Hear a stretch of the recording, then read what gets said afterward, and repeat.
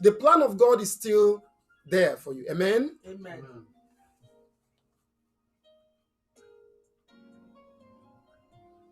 We're going to look at Abraham.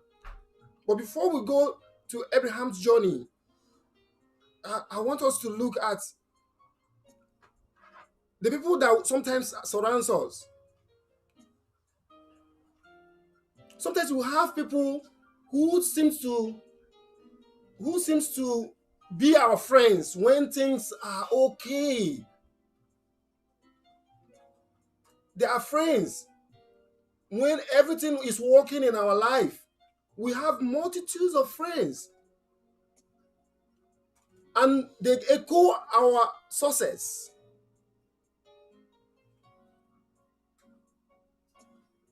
But when things turn around, they are the same people who will disapprove us.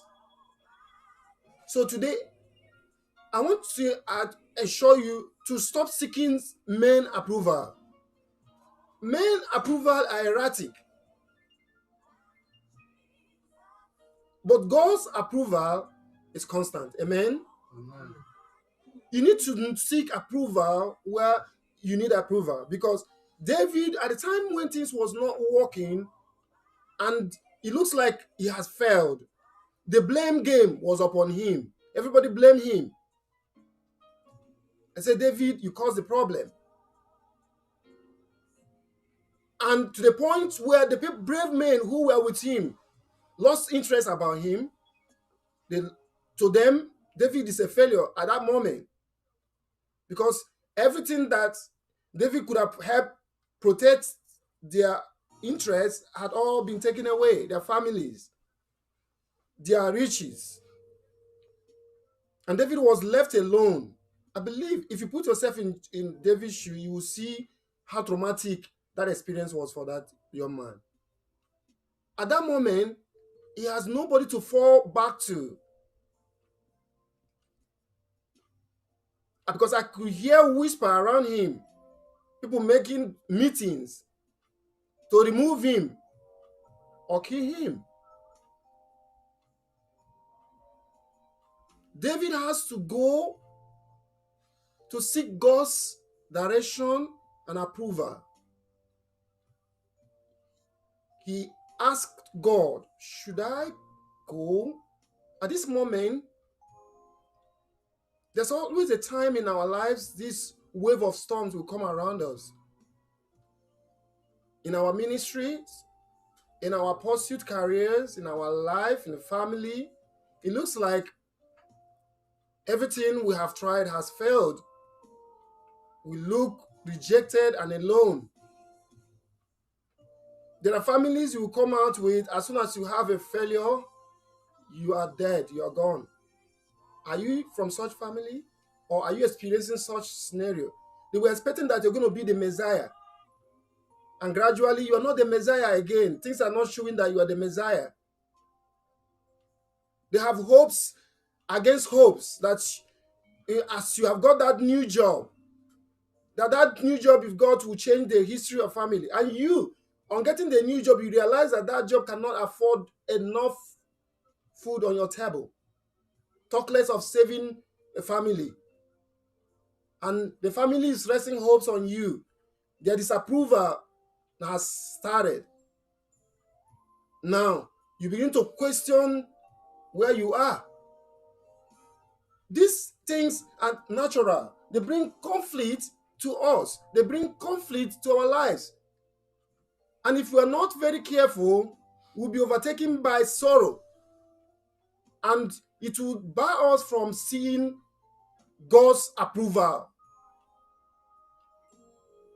This morning, I bring you a message that you have not failed. You are still going to overtake and recover all. Amen? Amen. God is speaking to you this morning. He says, that put you on a balance. This has nothing to do with where you're going. You are still making progress.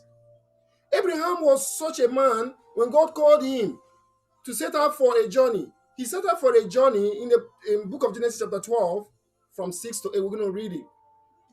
As he set out to Canaan, an unknown land where God said to Abraham, go. He did not really assess the situation, but God has assessed the situation for him.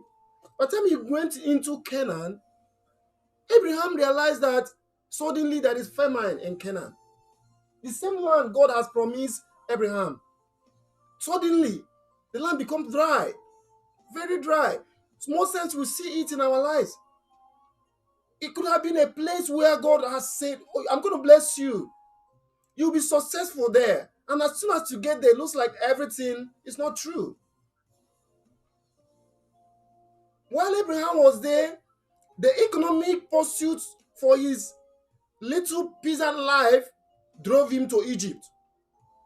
He left Canaan, the land God has promised him, and began to go southwards to Egypt. And on going towards Egypt, it was not even that it's also rosy for him. As he went towards Egypt, he realized that a poor man, he has a beautiful wife. That becomes another problem. The wife became like a problem. Blessings of God now began to look like problem. Amen? Amen. I believe Abraham would have covered the wife, but still the pretty eyes of the woman people could see. And it comes to the point when they get to Egypt, that Abraham said to the wife, I'm no more your husband. I'm your brother. Amen? Amen.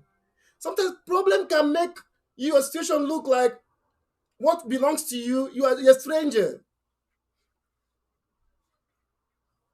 You don't have entitlement. So from problem to problem.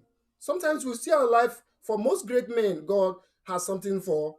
They see their life, problem. When they solve another one, another problem. It looks like problem was just arranged for them. Yeah, let it be. Because through this problem, God has a mission to fulfill in our lives. Amen? Amen. Amen? Amen. So when Abraham got to Egypt, his wife, which was his precious asset, become a liability. As he frightened that he might be killed, luckily too, his wife was taken. He was taken, right? Pharaoh saw the wife and said, wow, who is this? He said, my sister. Okay, I take her.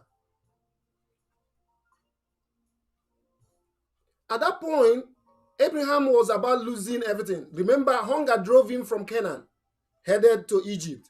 On reaching Egypt, the powerful men took the wife from him. What a great distress. Where are you now? You've tried something and you progress to another and you invested a lot into it, your time, your resources, your money, your energy,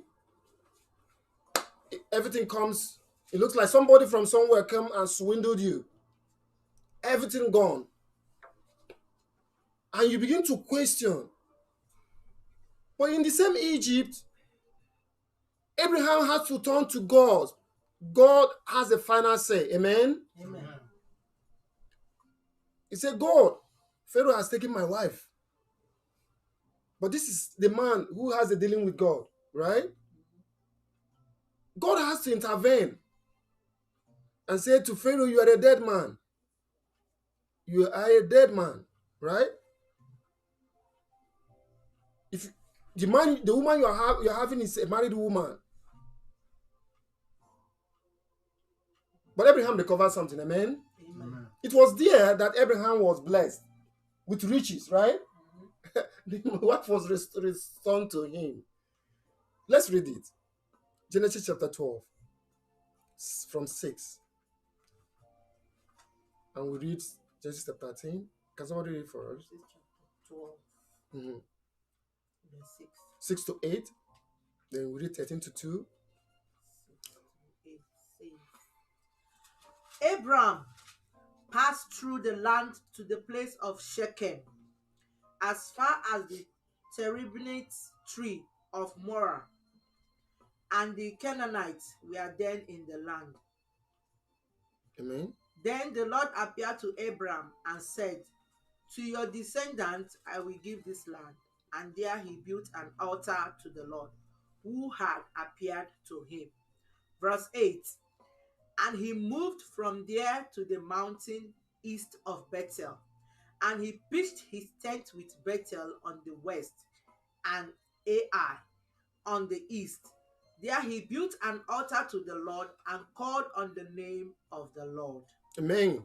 You see, Amen. this is Canaan where God has promised. He said, Abraham, I'm going to give you this place and to your descendants. And Abraham was ready to settle. If you read down from chapter 12, 18 to 19, 20, please write down.